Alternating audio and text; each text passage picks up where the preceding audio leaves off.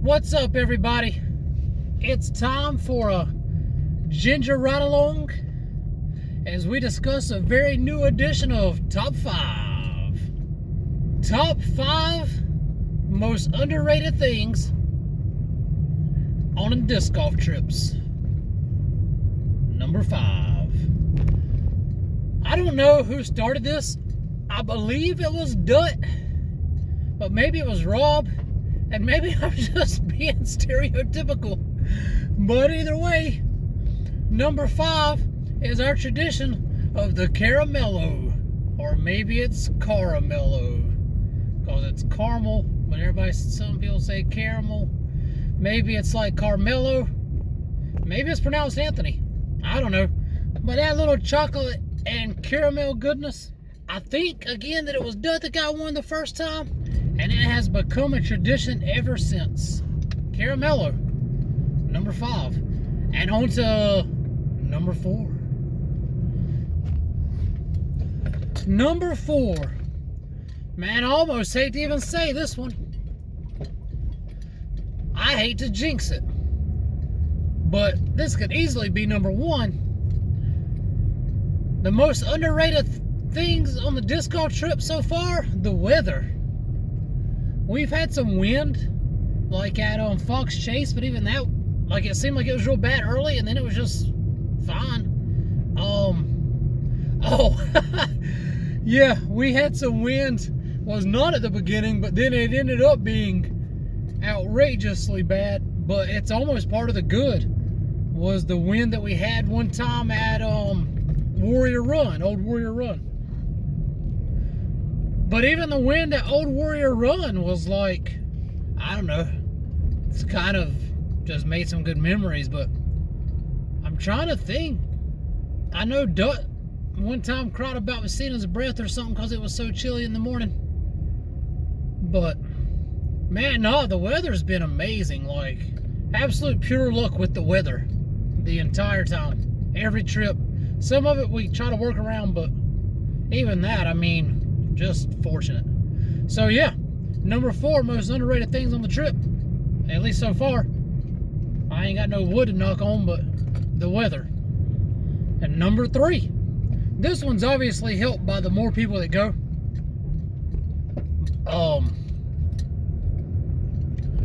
But even without it, like, the number 3 most underrated thing, and I guess it could change once we start flying more, but the price.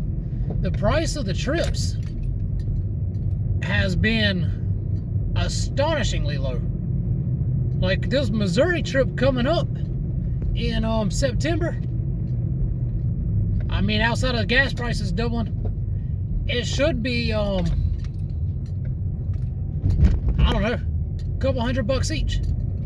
That's probably counting with the gas price hike and the fact that if you stop at a convenience store, it costs $10 now for some reason. But $200. Go spend, 4 nights, 5 days, or 3 nights, 4 days, depending on which trip we went on. $200. I mean, that's just what it costs. Sometimes a little less. And if you're me, it costs more because I'm stupid and spend way too much money when we're on the trips. Because again, I'm stupid. But as far as everything, like, even with that, I'm buying plastic. I'm buying, gummy lifesavers and caramellos, and everywhere we stop, I'm buying something. But new disc golf towels, swag for the bag, everything.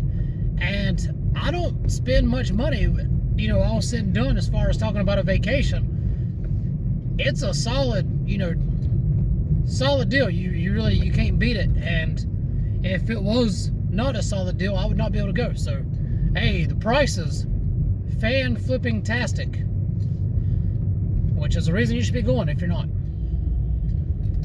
Number 2. This is a one that I think everyone just expects, but it's really just been an underrated feature in my opinion. That's how good the courses really are. Obviously, like, we've been to Maple Hill twice. I think everyone expects Maple Hill to be good, but there's a lot of Flip City golf out there, and we just don't run into it. By Flip City golf, I mean overrated courses, but not even just that. Like, we don't run into bad courses, really. We had the first few holes in New York. We've had, I did the whole top 40 Casey Kasem style. And the bad ones are good, but like, dude, the first trip we scheduled Glenwood, Primland, Shenley. Like, these are all courses that had no expectations. You look up even the states that they're in, like top courses in that state, they're not popping. And we just pick them out and go, and man, it's been fantastic. We've been back to Glenwood multiple times. I'd love to be back to Shenley, and I assume I'll be back at Primland. And that's been the case from start to finish. We went to Teens for Christ. 9-hole, nothing, open fields. That was amazing. It's been everywhere. The 2 Alaska courses were just amazing, but not even just because of the scenery. Like, there's just really good courses. We've really looked out on the courses, and at this point, I just don't think that's going to change. Like, that's how underrated, but also just how good it's been. Is that it's almost become expected at this point. Every course is going to be a 5-star, but no, seriously, at least a 4. And every good course, you know, every supposed to be a 5-star is a 5-star. So, how good the courses are, number 2, and that leaves us with number 1. Number 1 most underrated feature, thing, stuff on the disc golf trips: the people. And really starting just with the amount of people. A lot of times I myself think about it, it's like, man, we don't get a lot of people going on these disc golf trips, just me and Dut. But that's not true at all. I mean, so far it's been just me and Dut on any kind of, just one night, which is kind of strange because I would have thought that like people would be able to do that pretty easily. But it's actually been the other way, and I mean, the other way is the preferred way. Every trip we've been on, we've had people. And I was afraid that it was going to be just me and Dut, and then eventually just me or just Dut. And that's just not been the case. We've had John multiple trips, Josh multiple trips, Rob multiple trips, Thorny made it out, and plans of making it out again. And we're staring down the barrel of Tom making his first trip. So it's been pretty remarkable as far as the amount of people that we have on each trip. And this Missouri trip is looking like it might be off the charts as far, like we might have to rent a cargo van and then I guess put Rob in the cargo section. What do you call it, a van? It's not a cargo van, that carries cargo. A passenger van. Yes, vans carry passengers. We'll put Rob in the passenger seat. Yeah, there you go, Rob. You can ride in the passenger seat. So anyways, it's gonna be big. It's gonna be fun. And on top of that, just, you know, I mean, good times and good people. That's what it's all about. So obviously all the people are cool. That part's not underrated. We already knew that.